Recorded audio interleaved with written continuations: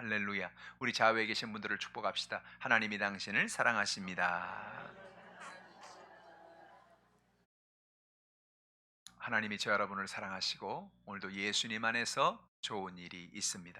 전 여러분과 함께 시편 4편 1절로 8절의 말씀에 근거해서 내가 부를 때 응답하시는 하나님, 이런 제목으로 은혜의 말씀을 나누겠습니다.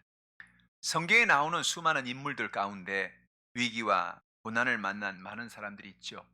그 중에서 다윗은 정말로 많은 위기와 고난을 만났습니다. 그가 많은 어려움과 연약함을 만났음에도 불구하고 하나님이 그의 모든 문제를 이기게 하시고 결국 이스라엘의 왕이 되고 된 삶을 사는 사람이 된 것을 우리는 성경을 통해서 봅니다. 우리도 인생을 살아가면서 마치 다윗이 문제를 만나듯이 우리도 문제를 만나고 삶의 연약함을 만나고 질병을 만나고 삶의 어려움 속에서 인생을 살 때가 있는 것입니다. 어떤 때는 마음에 두려움으로 살아갈 때도 있습니다. 마음이 초조하고 불안해서 밤잠이 오지 않을 때도 있습니다. 그러나 하나님이 우리와 함께 하시면 어떤 연약함도 어떤 문제도 이길 수 있는 은혜를 하나님이 주시는 것입니다. 다윗이 어떻게 그의 연약함의 문제를 극복하고 승리하며 살 수 있었을까요? 오늘 본문의 말씀이 우리에게 주는 진리의 말씀을 깨닫기를 원합니다. 첫 번째로 위기를 만날 때 하나님을 바라보라는 것입니다. 우린 평소에 무엇을 바라보고 사는가 우리는 잘 생각해 봐야 됩니다. 내가 가진 나의 경험, 나의 재력, 나의 실력, 나의 모든 어떤 것, 그런 것을 우리가 바라보고 살면 실질적으로 우리가 문제를 만날 때 아무런 도움이 되지 않는 것을 우리는 보게 됩니다. 다윗도 위기를 만날 때 자신의 경험을 의지하지 않았습니다. 자신의 능력을 의지하지 않았습니다. 자신의 재력을 의지하지 않았습니다. 그는 오로지 하나님만 바라본 것입니다. 시편 4편 1절에 보니까 내 의의 하나님이여 내가 부를 때 응답하소서 곤란 중에 나를 너그럽게 하셨사오니 내게 은혜를 베푸사 나의 기도를 들으소서라고 그가 기도하는 것입니다. 다윗은 제일 먼저 하나님 앞에 나가서 내 의의 하나님이라고 기도한 것입니다. 다윗은 자기의 의를 의지하지 않았어요. 자기는 의가 없으니까요. 자기는 죄인인 것을 그는 알았습니다. 자기는 허물 많은 존재인 것을 그는 알았습니다. 그래서 그는 고백하기를 내 의의 하나님이요. 여러분, 우리의 힘과 우리의 능력과 우리의 방법을 할 수가 없습니다. 하나님이 나의 의가 되실 때, 그의 의로운 오른손으로 우리를 붙잡아 주실 때 우리는 인생의 모든 위기와 연약함을 극복할 수가 있는 것입니다. 그래서 그는 하나님만 바라봤어요. 내 의의 하나님이여 라고 바라본 것입니다. 우리의 모든 죄와 허물과 연약함 모든 것을 다 주님께 맡기고 우리의 의가 되시는, 우리의 모든 의의 근거가 되시는 하나님을 막 의지하는 여러분 되기를 주님의 이름으로 축복합니다. 시편 23편 1절에 다윗은 이렇게 고백합니다. 야훼는 나의 목자시니 내게 부족함이 없으리로다. 그 말은 하나님이 나의 의가 되시니 나의 부족함이 없으리로다. 똑같은 말이에요. 하나님이 나의 목자가 되시고 나의 의의 근거가 되시고 나의 모든 삶을 책임져 주시는 하나님이 되시니 나는 부족함이 없도다. 하나님만 바라본 겁니다. 여러분, 일생 동안 하나님만 바라보고 사시기를 주님의 이름으로 축복합니다. 내 의의 하나님이여 내가 부를 때에 응답하소서라고 다윗은 기도하고 있습니다. 여러분, 하나님은 놀랍게도 우리가 부르짖어 기도하면 우리의 기도를 응답해 주신다는 것입니다. 여러분의 삶 속에 어떤 연약함이 있습니까? 부르짖는 여러분 되기를 주님의 이름으로 축복합니다. 기도할 때 어떤 일이 납니까? 곤란 중에 나를 너그럽게 하셨사오니 내게 은혜를 베푸사 나의 기도를 들으소서. 기도하면 우리의 삶에 어떤 곤란이 있고 어떤 연약함이 있어도 그 곤란을 하나님은 너그럽게 해주신다는 거예요. 우리가 왜 기도합니까? 기도하는 이유는 하나님 우리의 기도를 듣고 계시고 우리가 곤란 가운데 있을 때 그 곤란을 너그럽게 하시며 그 문제를 해결하기 때문에 기도하는 것입니다. 그래서 다윗은 고백하기를 주여 내게 은혜를 베풀어 주시옵소서. 우리는 은혜로 사는 것입니다. 하루하루 우리는 은혜로 사는 것입니다. 다윗은 사울을 피하여 도망을 다니다가 한 번은 굴에 숨었어요. 이스라엘은 굴이 참 많아요. 이 사해 주변에도 가면요, 그 굴이 참 많습니다. 근데 한 번은 이 굴에 숨어 있는데, 근데 공교롭게도 사울 왕이 다윗을 찾으러 왔다가 그 굴로 들어온 겁니다. 큰일 났습니다, 여러분. 그냥 들판에서 만나면 도망이나 칠 수 있죠. 굴 안에 있으면 완전히 도간에 든 쥐와 똑같은 거죠. 이제는 완전히 끝난 겁니다. 다윗은 얼마나 가슴이 철렁 내려앉았을까요? 사울 왕이 탁 들어오는 순간에 아이고 알고 들어오는가 보다. 어떻게 하지? 순간적으로 얼마나 당황했을까요? 시편 57편 1절로 2절에 그 순간 다윗이 하나님 앞에 기도한 시가 있습니다. 이 시의 표제를 보면 다윗이 사울을 피해 굴에 있을 때라는 표제어가 있는데 그는 이렇게 얘기합니다. 하나님이여 내게 은혜를 베푸소서. 내게 은혜를 베푸소서. 할렐루야. 다윗이 의지하는 건 뭐예요? 은혜입니다. 하나님, 이건 다른 것으로 안 됩니다. 무슨 능력으로도 안 되고 무슨 힘으로도 안 되고 사울 왕이 지금 굴에 들어왔는데 이건 하나님의 은혜가 아니고 나는 살 수가 없습니다. 내게 은혜를 베풀어 주시옵소서. 여러분 날마다 은혜를 구하시기를 축원합니다. 주여 내게 은혜를 베풀어 주옵소서. 주여 내게 은혜를 베풀어 주시옵소서. 내 힘과 내 능력과 내 재력과 내 경험과 내 방법이 아닙니다. 하나님의 은혜입니다. 내게 은혜를 베풀어 주시옵소서. 그가 간절히 은혜를 베풀어 달라고 기도합니다. 내 영혼이 주께 피하되 주의 날개 그늘 아래에서 이 재앙들이 지나기까지 내가 피합니다. 내가 지존하신 하나님께 부르짖으며 곧 나를 위하여 모든 것을 이루시는 하나님께로다. 내가 지존하신 하나님께 부르짖으며. 근데 사실 부르짖지는 않았어요. 속으로 부르짖었지. 밖으로 부르짖으면 어떻게 돼요? 사울이와 당장 잡겠죠. 주여! 그럼 너 다윗 거기 있었구나 일로 와. 그러지 않겠어요? 그러니까 부르짖는데 어떻게 부르짖었어요? 속으로 그래. 속으로. 주여! 속으로. 주여! 도와주세요. 사울 왕이 지금 굴로 들어왔습니다. 난 이제 죽었습니다. 주님 어쩌면 좋겠습니까? 주여! 속으로 부르짖었어요. 그랬더니 나를 위하여 모든 것을 이루시는 하나님께 부르짖었다라고 그런 이야기하죠. 근데 놀라운 사실이 뭐예요? 사울 왕이 다윗이 그 안에 있는지 몰랐어요. 왜 왔어요? 화장실이 급해서 들어온 거예요. 화장실이 급해서. 아무리 왕이 그래도 채통이 있지. 바깥에서 들판에서 병사들 다 보는 앞에서 일을 볼 수가 없으니까 급해서 야 저기 굴 있구나. 굴에 내가 잠깐 갔다 오마. 그러면서 화장실이 급해 들어왔는데 사람이 바깥에 환한 데 있다가 안에 껌껌한 들어오면 어떻게 돼요? 안 보이죠. 눈이 확 어두워지니까 그 눈이 적응되는 시간이 걸린단 말이에요. 그래서 앞으로 돌 때는 아무것도 안 보이고 이제 뒤돌아서서 볼 일을 봤겠죠. 그러고 나가서 나갈 때까지 눈이 침침해가지고 보지 못하는 은혜를 하나님이 허락해 주신 거예요. 눈이 침침해서 나가는 거예요. 또 바깥에 나가니까 어때요? 아이고 눈이 부셔. 눈이 앞이 잘 안 보여. 하나님이 함께 하셨어요. 여러분 우리가 인생을 살아갈 때 의의 하나님을 의지하길 바랍니다. 하나님을 바라보길 바랍니다. 하나님 앞에 여러분 구하시길 바랍니다. 기도하시길 바랍니다. 그러면 하나님 어떻게 하십니까? 여러분 기도하면 하나님 여러분에게 은혜를 베풀어 주십니다. 은혜란 내가 할 수 없는 거예요. 내 능력으로 안 되는 겁니다. 하나님이 되게 하시는 것이 은혜입니다. 기억나게 하시고 지혜를 주시고 만날 사람을 만나게 하시고 그게 뭐예요? 그게 은혜로 일하시는 하나님의 방법이죠. 오늘 여러분의 삶 속에 이런 은혜가 있기를 주님의 이름으로 축복합니다. 두 번째로 하나님이 기뻐하시는 경건한 삶을 살라는 겁니다. 시편 4편 2절로 3절 보세요. 인생들아 어느 때까지 나의 영광을 바꾸어 욕되게 하며 헛된 일을 좋아하고 거짓을 구하려는가. 야훼께서 자기를 위하여 경건한 자를 택하신 줄을 너희가 알지어다. 내가 그를 부를 때 야훼께서 들으시리로다 그랬어요.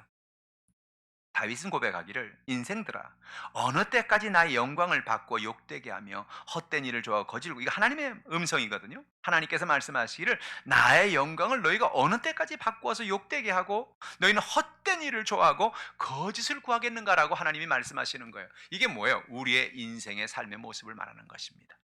우리는 인생을 살아가면서 하나님의 영광을 바꾸어서 욕되게 하고 살 때가 얼마나 많아요. 구약 성경을 보세요. 이스라엘 백성들이 하나님 말씀하십니다. 너희가 하나님 야훼를 섬기고 하나님을 의지하고 우상을 숭배하지 않고 하나님 중심으로 살아가면 내가 너희에게 복을 주겠다. 순종하는 자에게 들어가다 복을 받고 나가다 복을 받고 떡반죽 그릇이 복을 받겠다. 그렇게 말씀했습니다. 그런데 그들이 그 하나님의 영광을 바꾸어 욕되겠다는 건 뭐예요? 하나님의 자리에 바알과 아세라를 섬기고 우상을 섬기고 인생을 살았던 거죠. 헛된 일을 좋아했어요. 아무런 의미가 없는 일을 하고 인생을 산 것입니다. 어떤 목사님이 SNS에 글을 올렸는데 그 글을 읽어보니 그런 글을 올렸더라고요. 사람들이 인생을 살면서 정상을 향해 올라간, 그러나 정상에 올라가면 아무것도 없다. 그 얘기를 내가 이렇게 읽어보면서 참 이게 정말 의미 있는 얘기다. 여러분 산에 올라가죠. 우리가 산을 정상을 올라갑니다. 정상에 사람들이 아주 땀을 뻘뻘 흘리면서 정상에 올라갑니다. 정상에 올라가서 야호 하고 뒤를 돌아봅니다. 근데 정상에 올라가면 어때요? 아무것도 없어요. 왜 올라가요 근데? 왜 올라가냐면 그 올라가는 그 정상을 올라가는 가운데 꽃도 있고 새도 있고 아름다운 자연도 있고 시냇물도 흐르고 그 모든 걸 바라보면서 거기에서 평안을 누리고 기쁨을 느끼고 그리고 올라가서 정작 정상에 올라가 보면 거기는 아무것도 없는 겁니다. 여러분 인생이 그런 거예요. 인생이 우리가 어떤 정상에 올라가서 내가 어떤 꿈을 이루겠다, 목표를 이루겠다고 정상을 올라갑니다. 열심히 올라갑니다. 내가 돈만 벌면, 내가 어떤 꿈을 이루면, 내가 어떤 학교를 나오면, 내가 뭘 이루면 나는 정말 대단할 거야. 그 정상은 너무너무 아름다울 거야. 그 정상은 딱 올라가 보면 어때요? 올라가 보면 별거 아니네. 별거 아니야. 아무것도 없네. 근데 뭐가 중요합니까? 그 정상에 올라가는 과정이 중요한 것입니다. 정상에 올라가기 위해서 애쓰고 수고하고 노력하고 그러면서 그 순간순간이 그게 인생이고 그게 삶이고 그게 축복인 거죠. 우리가 어떤 정상에 올라가기 전에 10년, 20년, 30년의 세월을 그걸 위해서 투자하지 않습니까? 거기 올라가기 위해서 애를 쓰지 않습니까? 근데 올라가고 보니 내가 여태 살아온 10년, 20년, 30년 동안 애썼던 그 모든 순간순간이 아름다운 거요. 그것이 축복이요. 근데 어떤 사람들은 그걸 못 보고 그냥 올라가는 것만 신경 씁니다. 올라가기만 하면 되겠지. 올라가면 되지. 그냥 이거 가운데는 어쩌든지 뭐 상관없고 그러니까 올라가 어떻게 꽃도 못 보고 새도 못 보고 시냇물도 못 보고 부지런히 정상을 올라갑니다. 올라가 보니 어떻습니까? 아무것도 없구나. 사랑하는 성도 여러분, 꽃도 보시고 올라가시길 바랍니다. 시냇물도 보고 올라가시길 바랍니다. 여러분의 인생을 사시면서 여러분의 가정, 여러분의 남편과 아내, 여러분의 자녀, 여러분 주변에 있는 사람들, 여러분 사랑의 은혜를 베풀고 사는 여러분 되기를 주님의 이름으로 축복합니다. 하나님께서 여러분이 살아가는 정상을 향해 살아가는 어떤 목표를 향해 살아가는 그 과정 하나하나가 중요한 거예요. 그 과정 하나하나가 복된 삶이요. 그 과정 하나하나가 하나님의 역사인 것입니다. 어떤 사람은 그래요. 내가 저 목표만 이루면, 내가 저 꿈만 이루면 내 모든 것이, 내가 모든 수고한 것이 다 이제 상쇄가 되고 다 되겠지. 아니요. 정상에 올라가서 목표에 올라가서 보면 그 목표를 이룬 것 자체보다는 그 정상에 오기 위해서 애쓰고 수고했던 그 순간순간들이 아름다운 순간이요 축복의 순간이었어요. 어떤 사람이 정상에 올라가기 위해서 70, 80년의 세월을 열심히 정상만 바라보고 뛰어갔습니다. 근데 알고 보니까 내 인생의 70년, 80년이 다 사라져버린 거예요. 아름다웠고 없고 기쁨을 느낀 순간도 없고 그냥 정상만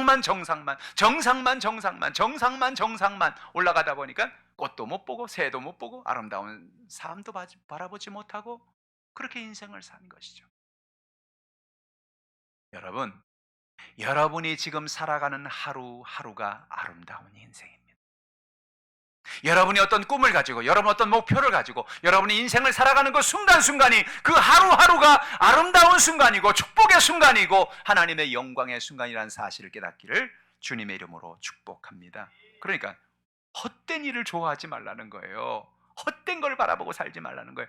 하루하루 하나님의 영광을 위해 살아가라는 것입니다. 거짓을 구하지 말라는 거예요. 지금 잠깐 보이는 어떤 일을 위해서 여러분 거짓말하지 말라는 거예요. 여러분, 사람들이 사업을 성공하기 원하는 사람들은 거짓말하면 안 됩니다. 그렇게 말하면 이상하죠? 아니, 목사님 거짓말도 좀 해야 사업이 되죠. 아니, 적당히 좀 이렇게 속이기도 해야 장사가 되죠. 천만의 말씀. 사람들은요, 신뢰하는 사람을 믿어주는 거예요. 신뢰하는 사람에게 사업이 되어지는 것입니다. 그래서 성경은 중요한 원리가 뭐냐? 거짓말하지 말라는 겁니다. 솔직하게 하라는 거예요. 솔직하게 하라. 솔직하게 거짓말하지 말고 신뢰를 주어라. 그러면 사람들이 그 사람을 인정하는 것입니다. 아, 저 사업가는 참 신뢰할 만한 사람이야. 그렇죠? 그런 사람에게 사람들이 돈도 빌려주고, 그런 사람에게 힘도 실어주고, 거래도 열어주고, 그러는 거죠.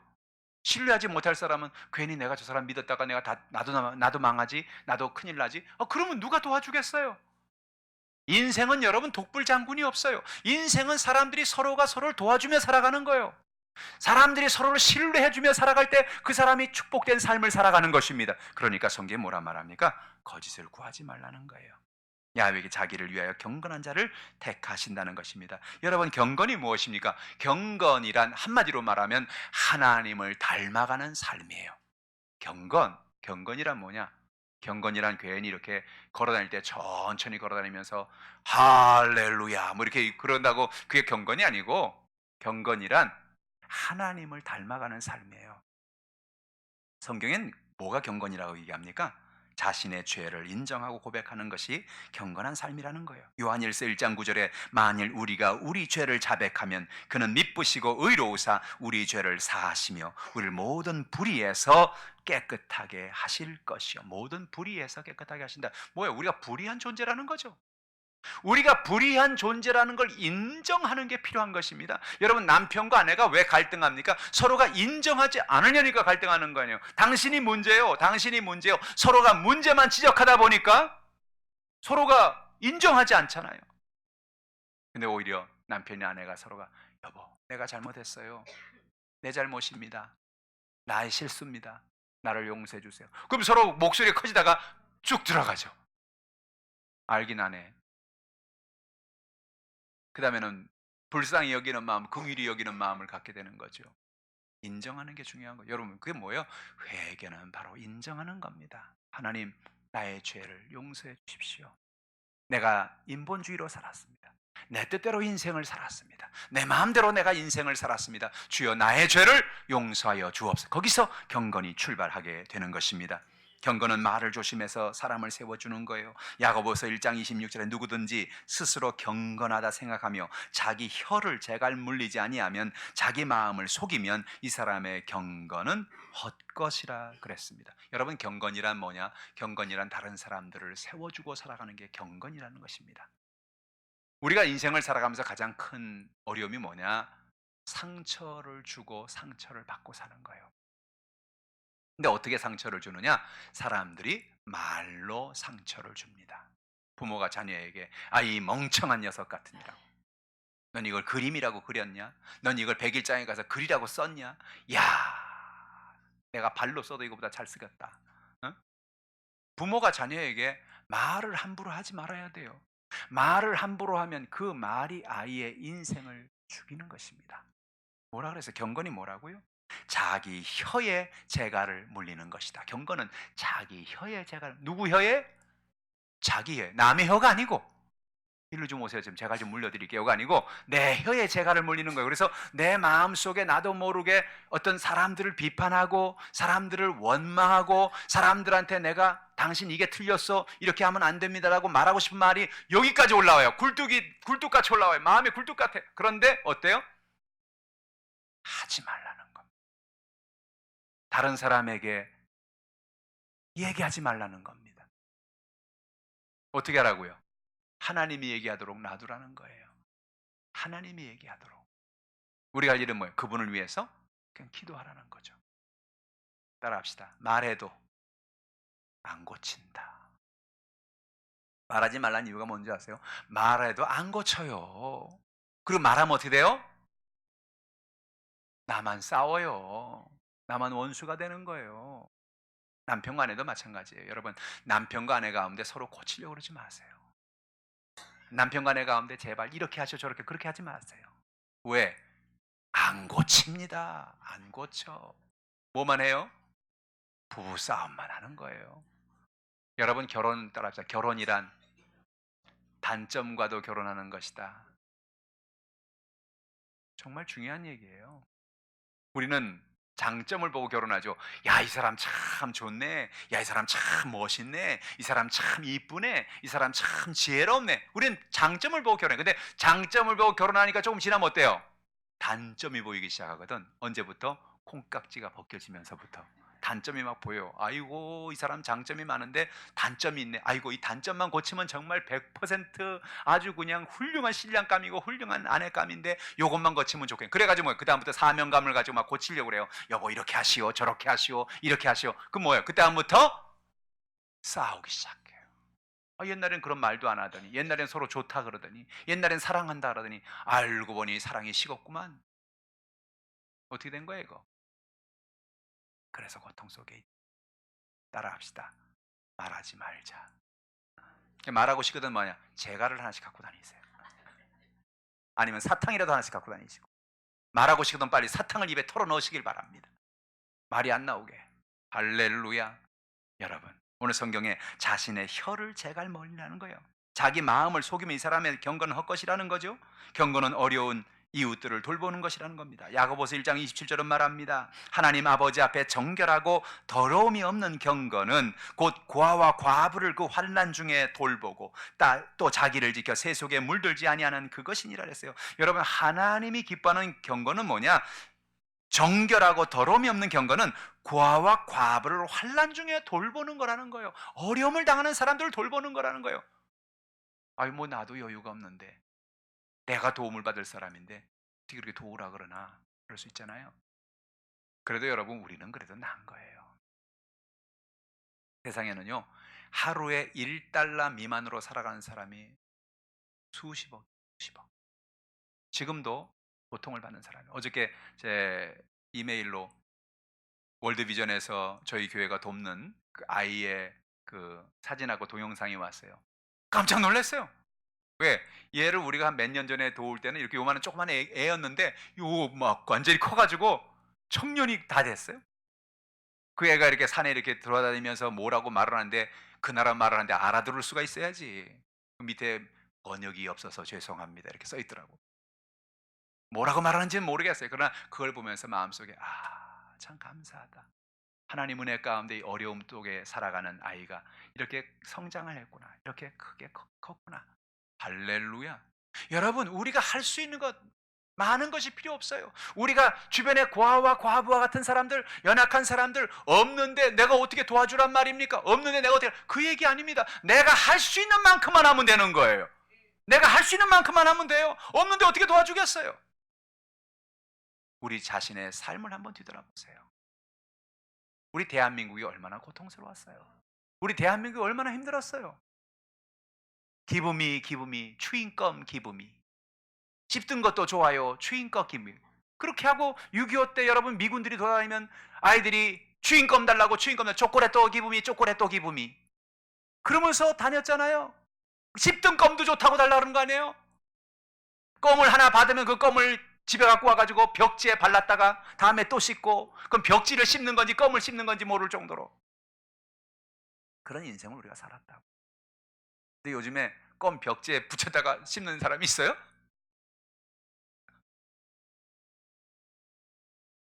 할렐루야. 여러분, 주의 은혜로 주의 사랑으로 살기를 주님의 이름으로 축복합니다. 여러분, 하나님이 원하시는 경건은 뭐냐면 고아와 과부를 도와주라는 거예요. 우리 주변에 연약한 사람들, 어려운 사람들을 돕는 사람들 되기를 주님의 이름으로 축복합니다. 그게 경건이라는 겁니다. 요한일서 4장 11절은 이렇게 말합니다. 사랑하는 자들아, 하나님이 이같이 우리를 사랑하였은즉 우리가 서로 사랑하는 것이 마땅하도다 그랬어요. 여러분, 서로 사랑하고 살기를 주님의 이름으로 축복합니다. 남편과 아내가 서로를 사랑해 주는 거예요. 입에는 뭘 물리고? 재갈을 물리고. 재갈을 물리고 서로 좋은 얘기만 해줘요. 그냥 당신이 최고입니다. 당신을 사랑합니다. 당신이 없으면 내가 어떻게 살아왔겠습니까? 당신이 최고요. 할렐루야. 따라합시다. 당신이 최고요. 손가락을 이렇게 해야 돼. 두 손가락. 투 thumbs up이라 가지고 엄지손가락 두 개를 치켜 세운다 할 때, 이거 바로 미국에서는 최고의 사람한테 이렇게 하는 거예요. 합니다. 당신이 최고입니다. 할렐루야. 남편과 아내가 서로에게 당신이 최고입니다. 그죠? 우리 성도님들도 서로, 그죠? 성도님들에게도 우리 만날 때, 교회에서 만날 때 당신이 최고입니다. 할렐루야. 그러면 기분이 어떻겠어요?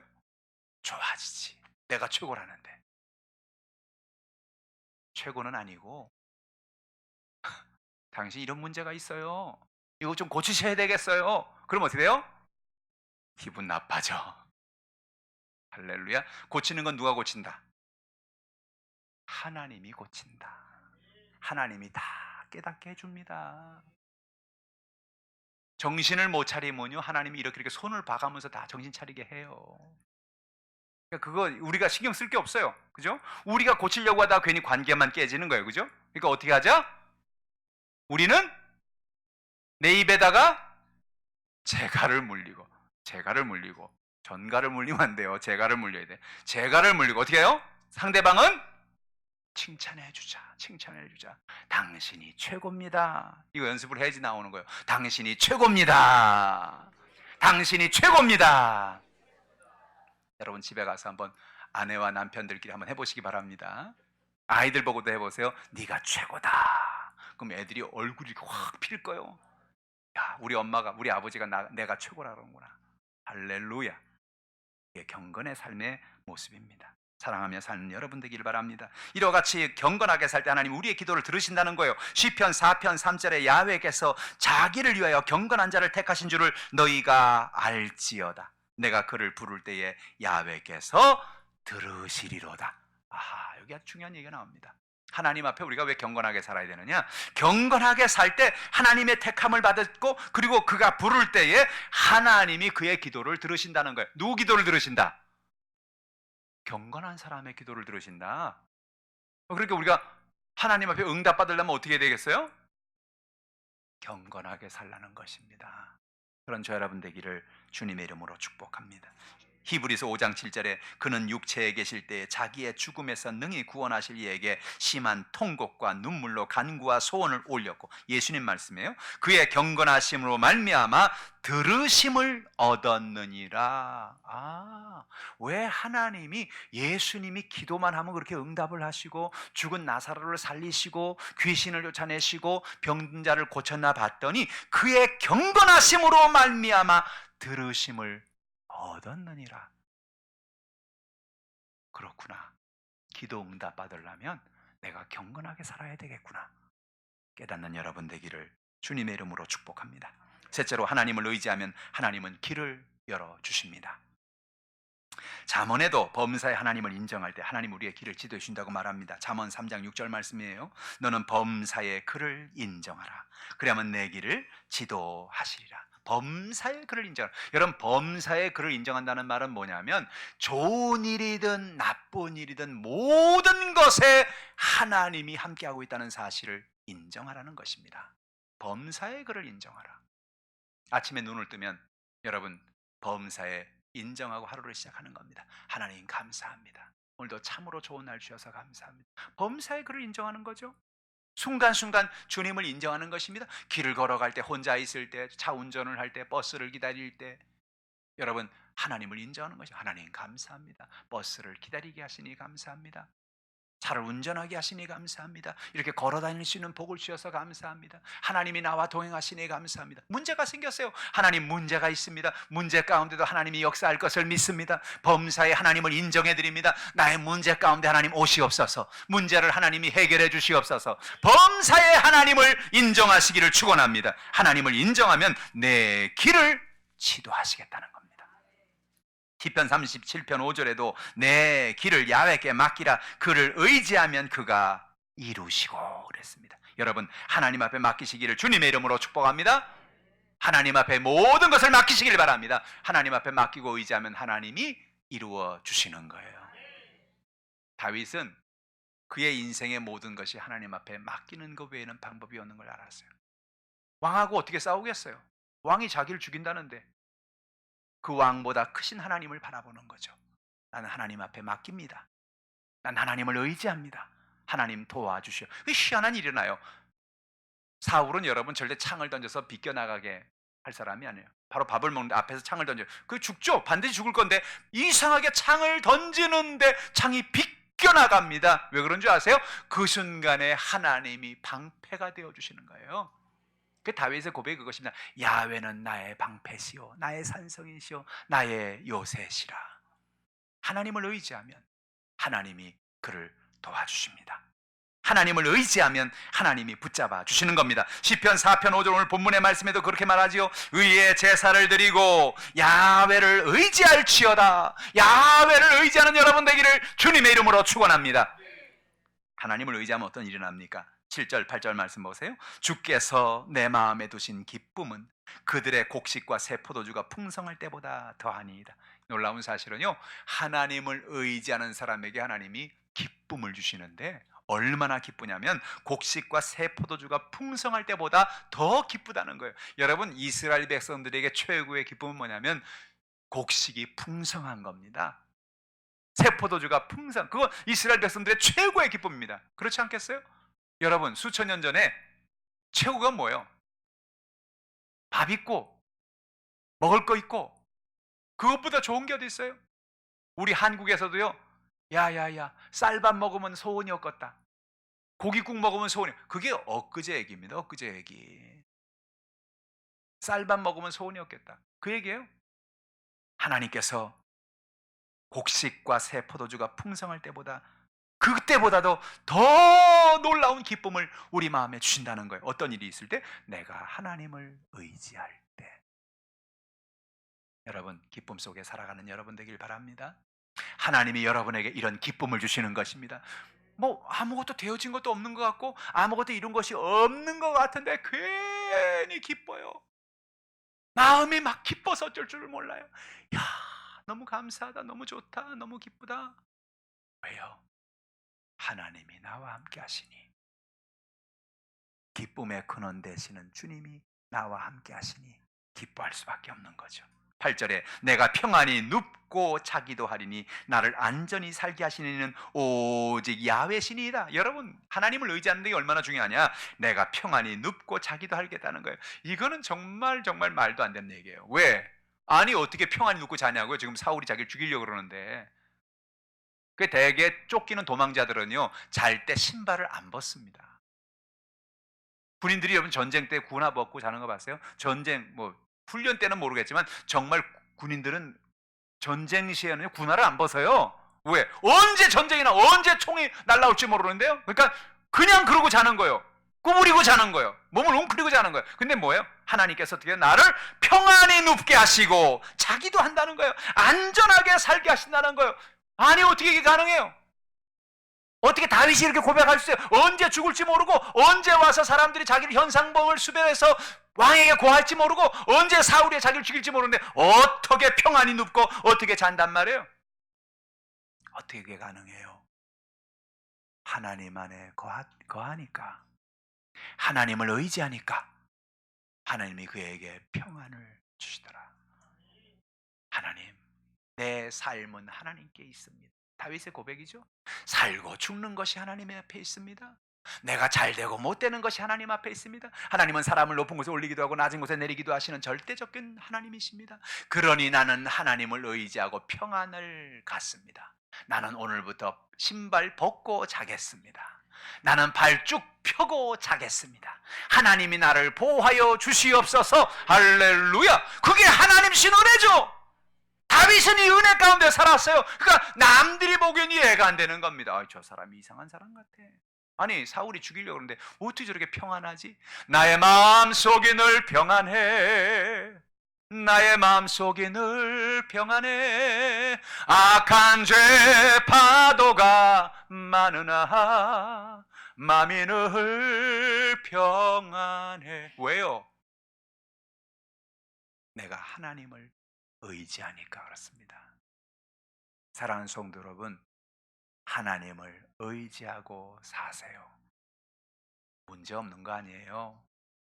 병이 없는 거 아니에요. 삶의 연약함이 없는 거 아니에요. 예상치 못하는 수많은 문제가 우리에게 다가옵니다. 그러나 어떤 문제가 다가와도 그 문제를 이기는 것은 하나님께 있습니다. 하나님을 의지하면 하나님은 상상 못하는 길을 가지고 계시는 것이죠. 열어주시는 거예요. 그러니까 마음의 평안을 가지고 살 수 있는 것입니다. 이 한 주간도 그 평안 속에서 승리하며 살아간 여러분 되기를 주님의 이름으로 축복합시다. 여러분 따라합시다. 나는 하나님을 의지하겠습니다. 나는 하나님을 믿겠습니다. 나는 하나님을 인정하겠습니다. 하나님이 여러분을 돌보시는 것입니다. 그 놀라운 애 속에서 승리하는 한 주간이 되기를 주님의 이름으로 축복합니다. 기도합니다. 하나님 아버지, 참 감사합니다. 성찬주일날 12월의 첫날, 이제 2019년도도 이 한 달이 지나가면 역사의 뒤안길로 돌아갑니다. 뒤돌아볼 때 오늘까지 산 것이 은혜입니다. 하나님이 오늘까지 이끌어 주셨습니다. 하나님 아버지, 위기를 바라볼 때 사람 바라보지 말고, 내 경험, 내 모든 것 이루는 것 바라보지 말고 하나님만 바라보기를 원합니다. 우리가 하나님이 기뻐하시는 경건의 사람이 되기를 원합니다. 하나님의 영광 가운데 살기를 원합니다. 범사의 하나님을 인정하며 범사의 하나님을 의지하며 믿음으로 살기를 원합니다. 주여 도와주시옵소서. 기쁨을 주시옵소서. 평안을 주시옵소서. 승리하게 하여 주옵소서. 감사드리며 예수님의 이름으로 기도하옵나이다. 아멘.